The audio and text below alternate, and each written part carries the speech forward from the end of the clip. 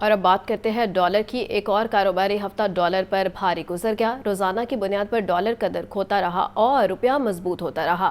آج بھی inter bank میں ڈالر 96 پیسے سستا ہوا۔ آپ کو بتائیں کہ کاروباری ہفتے کے آخری روز بھی ڈالر سستا ہو گیا۔ جمعہ کو بینکاری اوقات کے دوران ڈالر کی قدر میں 96 پیسے کمی ہو گئی، جس سے انٹر بینک میں ڈالر کا ریٹ 278 روپے سے بھی نیچے آ گیا اور انٹر بینک ڈالر کا ریٹ 277 روپے 62 پیسے پر بند ہوا، جبکہ اوپن مارکیٹ میں ڈالر کا ریٹ 278 روپے تک رہا۔ Federation of Pakistan chambers of commerce and industry کی ایگزیکٹو کمیٹی کا اجلاس ہوا ہے۔ اپوزیشن ممبران الیکشن کمیشن کے انتخابات کو خلاف قانون قرار دے کر اجلاس کا بائیکاٹ کر دیا ہے۔ رپورٹ کر رہے ہیں عبدالقادر۔ ایف پی سی سی آئی کی ایگزیکٹو کمیٹی کا اجلاس عرفان اقبال شیخ کی سربراہی میں ہوا۔ اجلاس میں الیکشن کمیشن کے ناموں پر اتفاق رائے نہ ہو سکا، جس پر رائے شماری کی گئی۔ اپوزیشن نے الیکشن کمیشن کے انتخاب کا بائیکاٹ کر دیا۔ نائب صدر ایف پی سی سی آئی قاضی اکبر کا کہنا تھا کہ ہماری اکثریت ہونے کے باوجود متنازع الیکشن کمیشن چن لیا گیا۔ ممبران ایگزیکٹو کمیٹی ایف پی سی سی آئی نے ای سی اجلاس میں برسر اقتدار عہدیداروں کے رویے کی شدید مذمت کرتے ہوئے کہا کہ نان ای سی ممبر اجلاس میں بٹھا کر ان کا ووٹ بھی شمار کیا گیا۔ اپنے 6 ووٹ کو 16 ظاہر کیا گیا اور ہمارے 17 ووٹس کو 14 شمار کیا گیا۔ ایف پی سی سی آئی کے انتخابات دسمبر میں متوقع ہیں، تاہم ایگزیکٹو کمیٹی کے اجلاس ہنگامے کی نظر ہو گیا۔ مسلم لیگ نون کے قائد میاں نواز شریف کی وطن واپسی خصوصی پرواز کی تفصیلات منظر عام پر آ کے سابق وزیر اعظم کا طیارہ 21 اکتوبر کو دوپہر 12 بجے لاہور ایئرپورٹ پر لینڈ کرے گا۔ صدر نون لیگ لاہور سیف الملوک کھوکھر نے کہا ہے کہ اپنے قائد کا پرتقبال استقبال کریں گے۔ مسلم نون کے قائد میاں نواز شریف کی وطن واپسی خصوصی پرواز کی تفصیلات منظر عام پر آ گئیں۔ فلائی دبئی کی خصوصی پرواز دبئی ایئرپورٹ ٹرمینل 2 سے روانہ ہوگی۔ امیر پاکستان طیارہ سابق وزیر اعظم کو لے کر یو اے ای کے وقت کے مطابق صبح 8:30 بجے اڑان بھرے گا۔ نواز شریف کا طیارہ 21 اکتوبر کو دوپہر 12 بجے لاہور ایئرپورٹ پر اترے گا۔ چارٹر طیارے کی لینڈنگ اور پارکنگ کے حوالے سے حکومت پاکستان سے رابطہ کر لیا گیا۔ خصوصی پرواز میں 152 افراد سوار ہوں گے۔ خصوصی طیارے میں نواز شریف کے ہمراہ مسلم نون کے کارکن اور صحافی لاہور پہنچیں گے۔ صدر مسلم نون لاہور ملک سیف الملوک کھوکھر کا کہنا ہے کہ نواز شریف 21 اکتوبر کو پاکستان میں ہوں گے۔ لاکھوں افراد اپنے قائد کا پرتپاک استقبال کریں گے۔ 21 اکتوبر کا سورج خوشحالی لے کر آئے گا۔ میاں محمد نواز شریف انشاءاللہ 21 اکتوبر کو پاکستانی عوام میں ہوں گے اور منار پاکستان میں پاکستانی عوام انشاءاللہ ان کا خطاب سنیں گے۔ میاں محمد نواز شریف پاکستان کے لیے ایک امید کا نام ہے اور بہتری انشاءاللہ آئے گی۔ ملک سیف الملوک کھوکھر کا مزید کہنا تھا کہ اگر نواز شریف کی گرفتاری ہوتی ہے تو بھی نون لیگ قانون کی پاسداری کرے گی۔ ہم تشدد پسند نہیں ہیں۔ چیف آرگنائزر مسلم لیگ نون مریم نواز کا کہنا ہے عوام کی خدمت میں صرف نواز شریف اہل قرار پائے۔ مہنگائی سے نجات دلانے میں نواز شریف کے سوا سب نااہل ثابت ہوئے۔ نواز شریف آ رہا ہے مہنگائی سے نجات، معاشی بحالی کا حل ساتھ لا رہا ہے۔ تفصیلات اس رپورٹ میں دیکھیے۔ پاکستان مسلم لیگ نون کی سینئر نائب صدر اور چیف آرگنائزر مریم نواز سے این اے 134 کی یونین کونسلز کے عہدیداروں کی ملاقات۔ قائد نواز شریف کی وطن واپسی پر استقبال کے انتظامات کا جائزہ لیا گیا۔ اس موقع پر مریم نواز کا کہنا تھا کہ مہنگائی کو ایک ہی شخص نے ختم کیا، وہ ہے نواز شریف۔ نواز شریف وزیر اعظم تھا تو عوام کو آٹا گھی چینی سب سستا ملتا تھا۔ نواز شریف گیا تو سستا آٹا گھی چینی سب عوام کی پہنچ سے نکل گیا۔ عوام جان چکے ہیں نواز شریف وزیر اعظم ہوگا تو ملک چلے گا، ان کا گھر چلے گا۔ مریم نواز کا مزید کہنا تھا کہ پاکستان کو امیر بنانا، عوام کی مہنگائی سے جان چھڑانا نواز شریف کا ایجنڈا ہے۔ سیاسی استحکام کے لیے عوام نواز شریف کا ساتھ دیں۔ غریبوں کا ساتھی غریبوں کی مدد کرنے واپس آ رہا ہے۔ سابق رکن قومی اسمبلی رانا مبشر اقبال اور سابق ارکان صوبائی اسمبلی ملک اسد کھوکھر، اختر بادشاہ اور میاں عمران جاوید بھی ملاقات میں شریک ہوئے۔ لاہور میں فلسطین کے حق میں مختلف مقامات پر ریلیاں نکالی گئی۔ مال روڈ مسجد شہداء کے باہر احتجاجی مظاہرے سے خطاب میں سراج الحق نے کہا ہے کہ عالم اسلام جہاد کا اعلان کر کے فلسطینیوں کا ساتھ دے۔ یہودیوں کو اسرائیل چھوڑنا ہوگا، فلسطینی کیوں چھوڑیں؟ دیگر مکاتب فکر کے شرکا نے بھی اسرائیلی جارحیت کی بھرپور مذمت کی ہے۔ حمزہ خورشید کی رپورٹ دیکھیے۔ لاہور میں مختلف جماعتوں کی جانب سے فلسطین کے حق اور اسرائیل کے خلاف ریلیاں نکالی گئیں اور بھرپور مظاہرے کیے گئے۔ مال روڈ مسجد شہداء کے باہر، لاہور پریس کلب کے باہر اور کاہنہ میں احتجاجی مظاہرے کیے گئے۔ مسجد شہداء کے باہر لبیک یا اقصی ریلی سے خطاب میں امیر جماعت اسلامی سراج الحق نے کہا کہ حماس نے حملہ کر کے دشمن کو پیغام دیا کہ اسلام کے وارثین غزہ کے مسلمان ہی نہیں بلکہ 4 ارب مسلمان بھی ہیں۔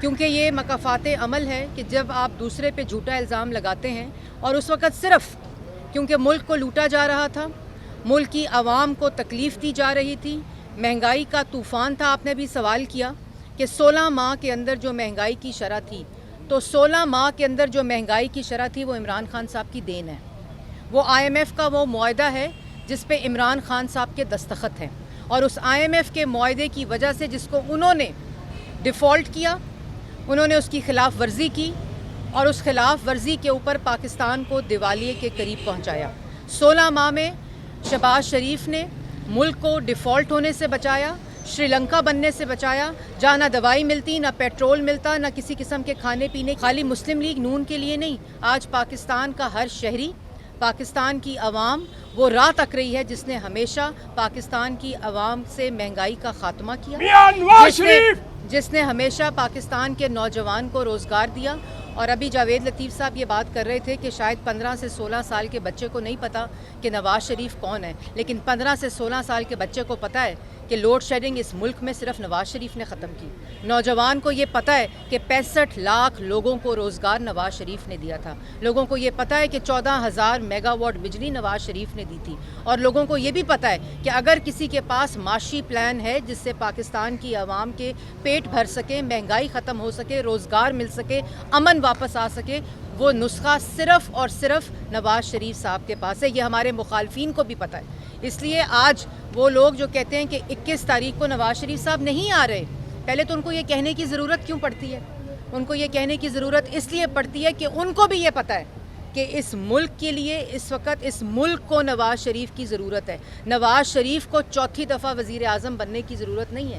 انہوں نے یہ ایوان، یہ اقتدار پاکستان کی عوام کی ووٹ کی طاقت سے 3 دفعہ ملک کے منتخب وزیر اعظم تھے. کبھی RTS کو بٹھا کر ملک پر مسلط نہیں ہوئے تھے، کبھی سلیکٹ ہو کر ملک پر مسلط نہیں ہوئے تھے. اور یہی وہ وجہ ہے کہ یہ جو 2 4 3 کوئی ویلاگ کر رہا ہے، کوئی وہ سستی دکانیں لگی ہوئی ہیں، وہ صرف اس لیے لگی ہوئی ہیں کہ ان لوگوں کو خوف ہے.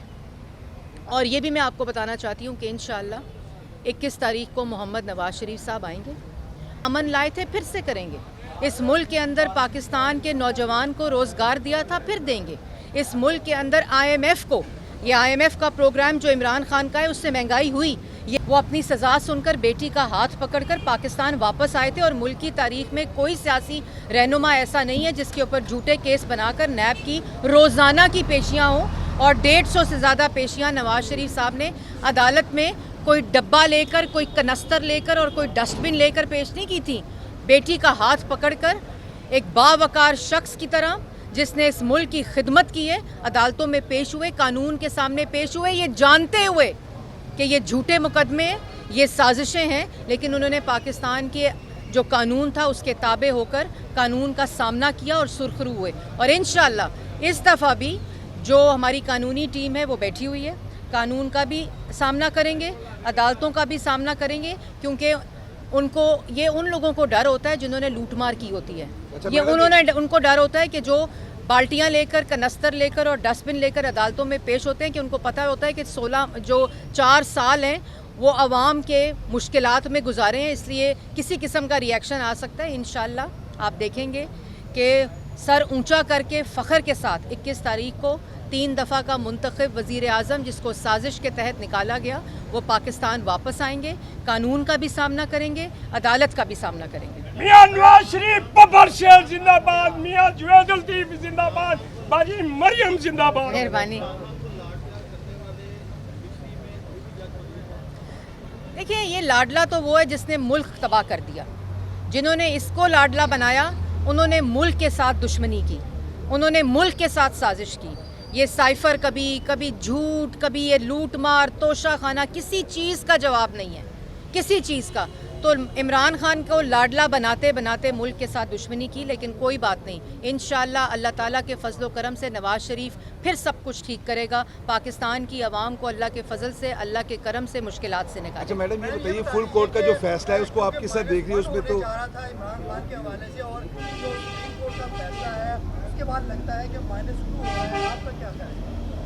دیکھیں، -1 ہونا یا -2 ہونا یہ کسی عدالت کا کام نہیں ہے. یہ پاکستان کی عوام کی طاقت ہے. اور پاکستان کی عوام جس کو ووٹ دے گی وزیر اعظم وہ بنے گا، اور پاکستان کی عوام یہ جانتی ہے کہ ان کے ووٹ کا حقدار جو ان کو مہنگائی سے نجات دلائے، جو ان کو بے روزگاری سے نجات دلائے، جو ان کو مہنگے بجلی کے بلوں سے نجات دلائے، وہ صرف اور صرف نواز شریف